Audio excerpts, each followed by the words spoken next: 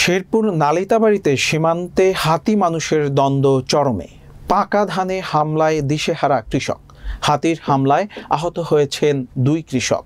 বিস্তারিত দেখুন শেরপুর প্রতিনিধি মঞ্জুরুল আহসানের প্রতিবেদনে। শনিবার ভোরে ক্ষেতের পাকা ধান রক্ষা করতে গিয়ে বন্য হাতির আক্রমণে আহত হয়েছে 2 কৃষক। আহতরা হলো উপজেলার বুরুঙ্গা কালাপানি গ্রামের মৃত আব্দুল কুদ্দুসের ছেলে খলিল মিয়া এবং পাশের লক্ষ্মীকোড়া গ্রামের মোহাম্মদ অলিলের ছেলে আলম মিয়া।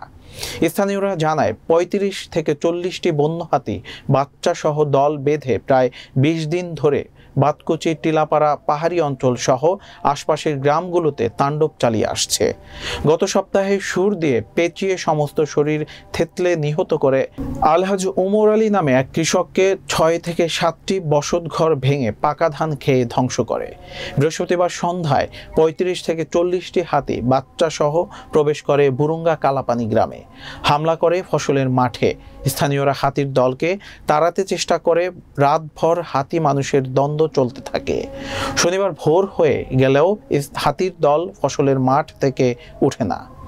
এক পর্যায়ে গ্রামবাসী হাতির দলকে তাড়া করে, হাতিও তাদের ধাওয়া দেয়। এক পর্যায়ে হাতির ধাওয়ায় দৌড় দেয় স্থানীয়রা। এ সময় একটি হাতির পায়ে পিষ্ট হয়। খলিল মিয়ার বাম পা খলিল গড়িয়ে গড়িয়ে নিচু খেতে গিয়ে জীবন রক্ষা করে। অপরদিকে হাতি সুর দিয়ে পেঁচিয়ে ধরে আলম মিয়াকে, ছুঁড়ে ফেলে। আলম ওই অবস্থায় গাছের ডাল ধরে উঁচুতে ঝুলে প্রাণে বেঁচে যায়।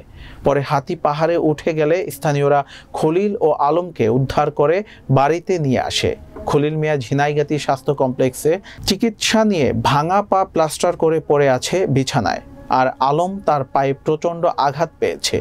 3 দিনে বুরুঙ্গা কালাপানি এলাকায় হাতির আক্রমণে মন্নাচ আলী, নছর আলী, সিদ্দিক, খলিল, সোহেল, রূপচাঁদ সহ অন্যান্য কৃষকের 5 থেকে 6 একর জমির পাকা ধান একেবারে শেষ হয়ে গেছে। ধ্বংস হয়েছে কাঠ বাগান। তাই কৃষক ভয়ে আধা পাকা ধান কেটে ফেলছে।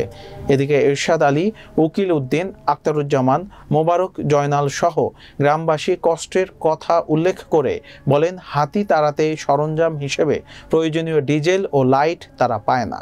তাই হাতি তাড়ানোর প্রয়োজনীয় সরঞ্জাম সহ সোলার ফেন্সিং ও জেনারেটরের দাবি জানান তারা।